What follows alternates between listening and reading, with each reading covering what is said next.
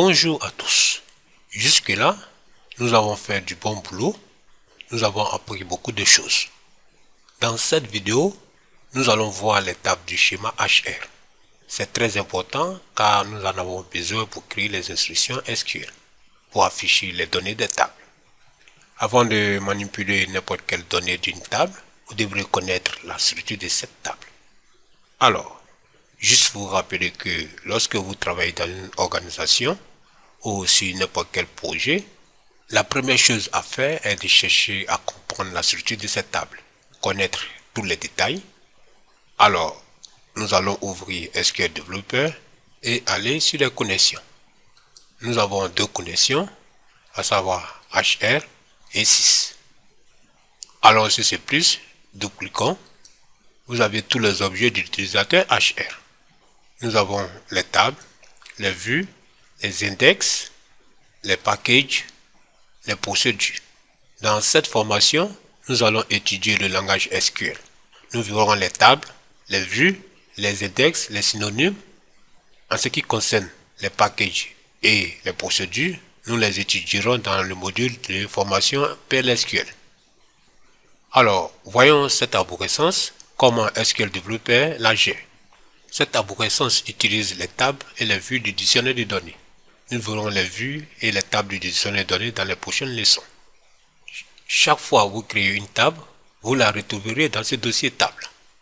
Cliquons ici pour voir toutes les tables appartenant au schéma HR. Bien. Le schéma est donc l'ensemble des objets appartenant à un utilisateur de base de données. HR est un utilisateur de base de données. Alors, le code HR et les objets lui appartenant sont appelés schémas. Donc, le schéma est l'utilisateur et ses objets. Nous avons donc les tables Countries, Department, Employee, Job History, Jobs, Location et Region. Commençons par la table Employé.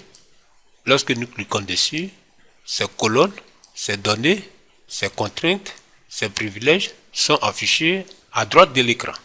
La plupart de ces informations proviennent du dictionnaire de données. Alors, chaque table contient des colonnes. Nous avons ici l'ensemble des colonnes de la table Employé, à savoir Employee ID, First Name, Last Name, Email, Phone Number, Hourly Date, Job ID, Salary, Commission, Manager ID et Department ID. Information importante pour les colonnes, elles ont un type de données et le type de données est très important. Par exemple, le type de données de Employee ID est Number. Le type de données de First Name est VACHA2. Pour la colonne Email, nous avons VACHA2 25 bits. 25 bits est la taille du type de données. Par exemple, si vous regardez la colonne Hourly Date, date d'embauche, vous avez son type de données qui est date. Dans cette vidéo, j'aimerais insister sur trois types de données, à savoir les types de données Number, VACHA2 et date.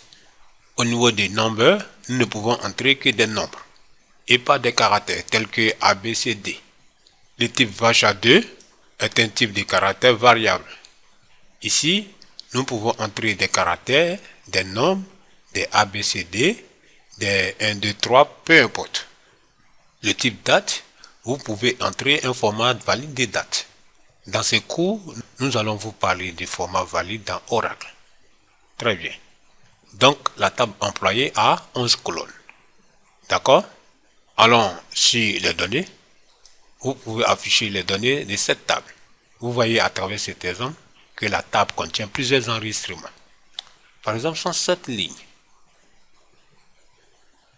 Nous avons l'employé ID 100, First Name Steven, Last Name Kin, Email Skin, son phone number, d'accord, sa date d'embauche, hourly date, son job ID, AD Press, son salaire, 24 000, sa commission nulle. Si vous rencontrez nul, cela signifie la valeur nulle. C'est vide. SQL Developer affiche le mot nul, mais ce n'est pas une valeur. D'ailleurs, si nous cliquons ici, nous n'allons rien trouver, ok? Retenez juste cela. Nous avons une colonne département ID. Département ID est la clé étrangère de la table Employees. Si vous voulez connaître la provenance de 90, allez sur la table Departments.